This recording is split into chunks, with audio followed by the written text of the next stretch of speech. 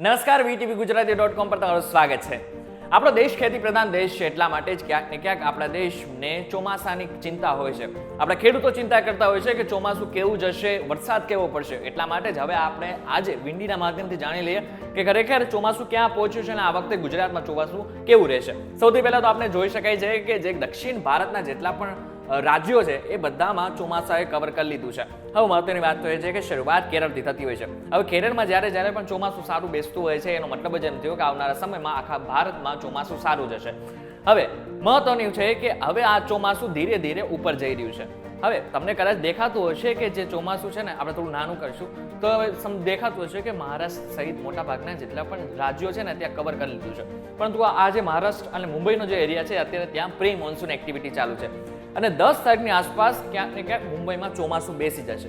હવે જ્યારે મુંબઈમાં ચોમાસું બેસી જાય ને એનો મતલબ એમ થયો કે ગુજરાત અને ખાસ કરીને દક્ષિણ ગુજરાતમાં 5 થી 7 દિવસની અંદર ચોમાસું બેસી જશે. હવે ખાસ કરીને આપણે ગુજરાતની વાત કરી લઈએ. આમ તો જો કે આપણો દેશમાં ચોમાસું કેવું જાય એનાથી દરેક ખેડૂતને ચિંતા હોય છે, પરંતુ ગુજરાતના ખેડૂતોને એ ચિંતા હોય છે કે ગુજરાતમાં ચોમાસું કેવું જશે. કારણ કે ગયા વખતની વાત કરીએ તો ગયા વખતે જે ચોમાસું છે એ લગભગ ઓછું હતું, જે એવરેજ કરતાં ઓછું હતું. ઘણા બધા જિલ્લામાં બહુ વધારે પડતો વરસાદ થયો તો ઘણા બધા જિલ્લાઓમાં ખૂબ ઓછો વરસાદ પડ્યો. એના માટે જ હવે આપણે જાણી લઈએ કે આ વખતે કયા કયા જિલ્લાઓમાં કેવો વરસાદ પડશે. મહત્વનું છે કે આ IMD દ્વારા બહાર પાડેલો એક મેપ છે કે જેના દ્વારા આપણે બતાવવામાં આવતું હોય છે કે કયા દિવસે કયા એરિયામાં વરસાદની શરૂઆત થઈ જશે. જો 1 જૂનની વાત કરીએ તો 1 જૂને કેરળમાં ચોમાસું બેસવાની શરૂઆત થઈ જવાની. 5 જૂને દક્ષિણના જેટલા પણ રાજ્યો છે ત્યાં કવર કરવાનું હતું. 10 જૂનની આસપાસ મહારાષ્ટ્રના અને ખાસ કરીને મુંબઈના કેટલાક એરિયાઓ છે ત્યાં આ જે ચોમાસું છે એ કવર કરવાનું હતું. હવે આગળના સમયમાં જ્યારે 10 તારીખ આવશે ત્યારે ચોમાસું પૂર્ણ રૂપે આ જે ચોમાસું છે એ મુંબઈ અને મહારાષ્ટ્રમાં કવર કરી લેશે. હવે જ્યારે આપણે આગળ વાત કરીએ 15 તારીખે દક્ષિણ ગુજરાતના મોટા ભાગના જેટલા પણ જિલ્લાઓ છે ત્યાં ચોમાસું કવર કરી લેશે. અને આ બાદ 20 જૂન અને 25 જૂન આ 2 તારીખ મહત્વની છે. 20 જૂને સૌરાષ્ટ્ર અને મધ્ય ગુજરાતના કેટલાક ભાગોમાં આ ચોમાસું બેસી જશે અને 25 જૂન ખાસ એટલા માટે છે કે 25 જૂને ઉત્તર ગુજરાત અને ખાસ કરીને જે મધ્ય ગુજરાતનો કેટલો ભાગ છે એને પણ કવર કરી લેશે. આ બાદ 30 જૂનની વાત કરીએ તો 30 જૂનને આખા જેટલો ગુજરાતનો ભાગ છે એ 30 જૂને આખા ગુજરાતમાં ચોમાસું પૂર્ણ રીતે બેસી જશે. હવે 30 જૂનથી લઈને ઓગસ્ટ, સપ્ટેમ્બર અને ઓક્ટોબર સુધી એવું ધારવામાં આવે છે કે આ ચોમાસું ગુજરાતમાં બેસશે. હવે આવનારા સમયમાં એટલે કે 6, 7, 8 અત્યારે જે સમય છે એમાં પણ પ્રી મોન્સૂન એક્ટિવિટી ગુજરાતમાં ચાલુ છે. એટલા માટે થઈને થોડાક સમય માટે હવે ગુજરાતમાં કેટલો વરસાદ પડશે.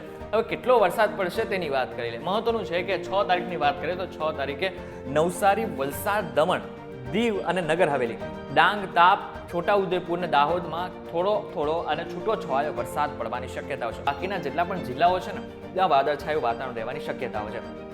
હવે 7 તારીખની વાત કરીએ. 7 તારીખે કેવું રહેશે વાતાવરણ તો વલસાડ, દાદરા અને નગર હવેલી, દમણ, નવસારી, ડાંગ, તાપી, છોટાઉદેપુર અને દાહોદ જેટલા વિસ્તારોમાં સામાન્ય વરસાદ પડશે અને બાકીના જેટલા પણ જિલ્લાઓ છે ત્યાં સામાન્ય રીતે વાદળછાયું વાતાવરણ રહેશે.